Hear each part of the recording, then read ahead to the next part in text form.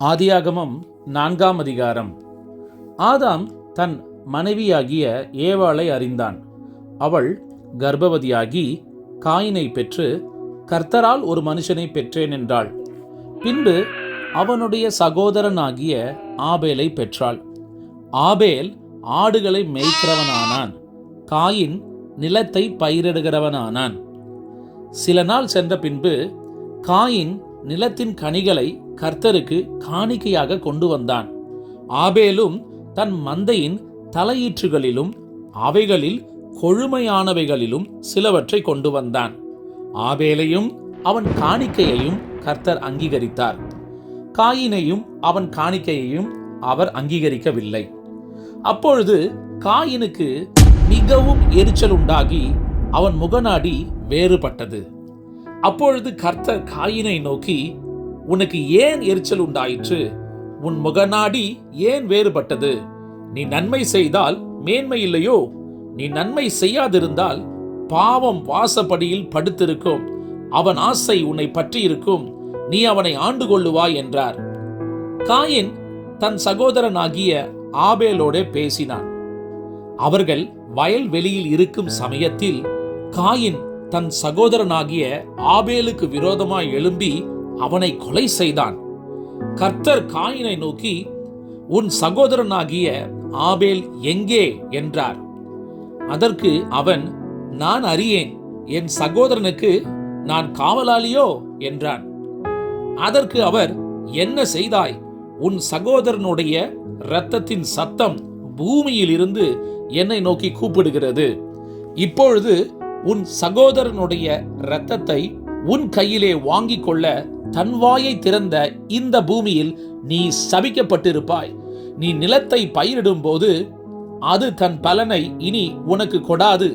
நீ பூமியில் நிலையற்று அலைகிறவனாய் இருப்பாய் என்றார். அப்பொழுது காயின் கர்த்தரை நோக்கி, எனக்கு இட்ட தண்டனை என்னால் சகிக்க முடியாது. இன்று என்னை இந்த தேசத்திலிருந்து துரத்து விடுகிறீர். நான் உமது சமூகத்துக்கு விலகி மறைந்து பூமியில் நிலையற்று அலைகிறவனாய் இருப்பேன். என்னை கண்டுபிடிக்கிறவன் எவனும் என்னை கொன்று போடுவானே என்றான். அப்பொழுது கர்த்தர் அவனை நோக்கி, காயினை கொல்லுகிற எவன் மேலும் 7 பழி சுமரும் என்று சொல்லி, காயினை கண்டுபிடிக்கிறவன் எவனும் அவனை கொன்று போடாதபடிக்கு கர்த்தர் அவன் மேல் ஒரு அடையாளத்தை போட்டார். அப்படியே காயின் கர்த்தருடைய சந்நிதியை விட்டு புறப்பட்டு ஏதேனுக்கு கிழக்கான நோத் என்னும் தேசத்தில் குடியிருந்தான். காயின் தன் மனைவியை அறிந்தான். அவள் கர்ப்பவதியாகி ஏனோக்கை பெற்றாள். அப்பொழுது அவன் ஒரு பட்டணத்தை கட்டி அந்த பட்டணத்துக்கு தன் குமாரனாகிய ஏனோக்குடைய பெயரை இட்டான். ஏனோக்குக்கு ஈராத் பிறந்தான். ஈராத் மெகுயவேலை பெற்றான். மெகுயவேல் மெத்துசவேலை பெற்றான். மெத்துசவேல் லாமேக்கை பெற்றான். லாமேக்கு 2 ஸ்திரீகளை விவாகம் பண்ணினான். ஒருத்திக்கு ஆதாள் என்று பெயர், மற்றொருத்திக்கு சில்லாள் என்று பெயர். ஆதாள் யாபாலை பெற்றால் அவன் கூடாரங்களில் வாசம் பண்ணுகிறவர்களுக்கும் மந்தை மேய்க்கிறவர்களுக்கும் தகப்பனானான்.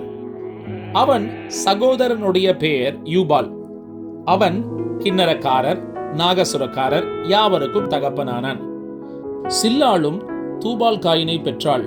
அவன் பித்தளை, இரும்பு முதலியவற்றின் தொழிலாளர் யாவருக்கும் ஆசாரியனானான். தூபால் காயினுடைய சகோதரி நாமாள். லாமேக்கு தன் மனைவிகளை பார்த்து, ஆதாளே, சில்லாளே, நான் சொல்வதை கேளுங்கள். லாமேக்கின் மனைவிகளே, என் சத்தத்துக்கு செவி கொடுங்கள். எனக்கு காயமுண்டாக ஒரு மனுஷனை கொன்றேன். எனக்கு தழுமுண்டாக ஒரு வாலிபனை கொலை செய்தேன்.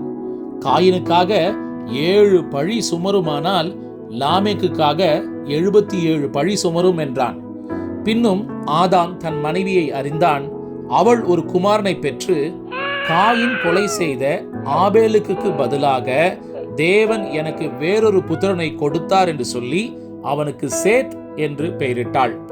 சேத்துக்கும் ஒரு குமாரன் பிறந்தான். அவனுக்கு ஏனோஸ் என்று பெயரிட்டான்.